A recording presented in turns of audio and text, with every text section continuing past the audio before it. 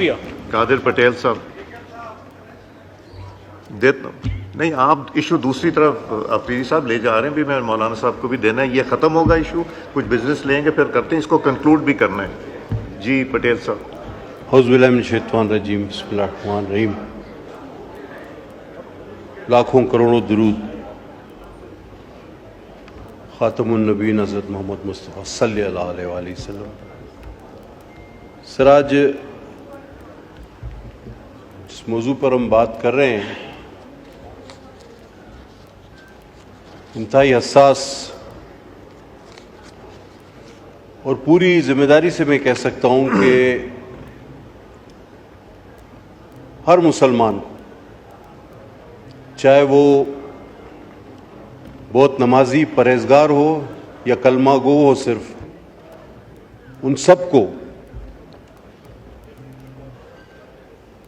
इस मसले पर उतना ही जोश, उतना ही गम और उतना ही गुस्सा होता है जितना कि किसी आलिम फाजिल को हो सकता है। सर, सबसे पहले तो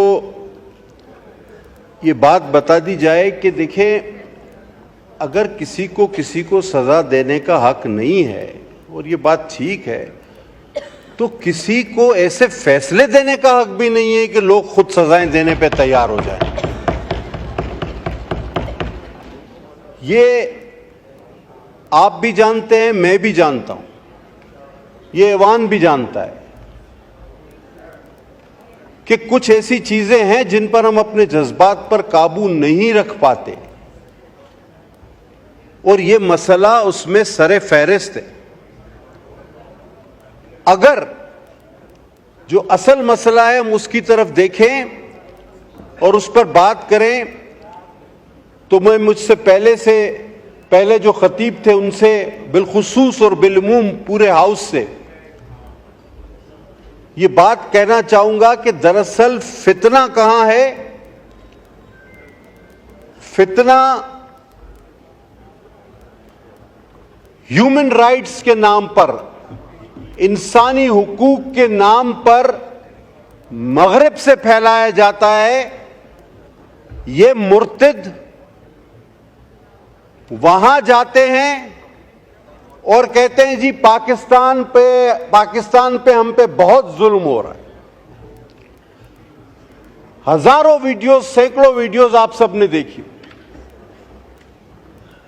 और मगरिब चूंकि इस्लाम के बारे में जानता नहीं, तो वो ये कहता है कि भाई आप लोग इनको मुसलमान क्यों नहीं मानते? मुसलमान, मैंने इससे पहले कुछ दिनों पहले एक हाउस में एक जिक्र किया था, बाद में पता चला कि उन जज साहब ने अपनी तस्हीह कर ली थी।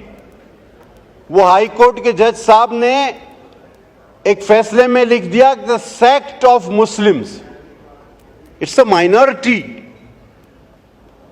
अब सब असल बात की तरफ आए।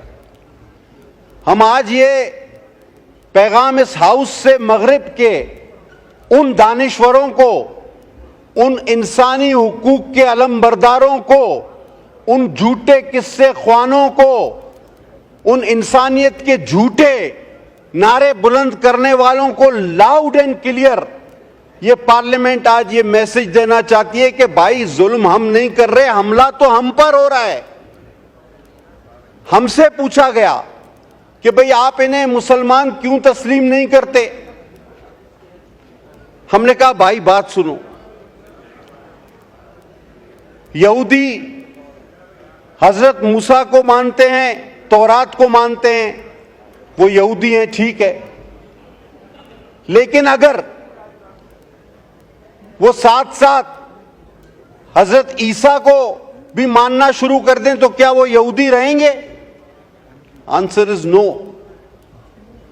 इसी तरह ईसाई हजरत ईसा को मानते हैं, इंजील को मानते हैं, वो ईसाई हैं, ठीक है। लेकिन अगर वो साथ साथ किसी और नबी को भी मानना शुरू कर दें तो क्या वो ईसाई रहेंगे? The answer is no. ओ भाई, इसी तरह अगर ये मुनाफिक अपने आप को मुसलमान कहते हैं और मेरे आका मोहम्मद सल्लल्लाहु अलैहि वसल्लम के अलावा किसी को नबी मानते हैं, तो ये कभी भी मुसलमान नहीं हो सकते, ये कभी भी मुसलमान नहीं हो सकते।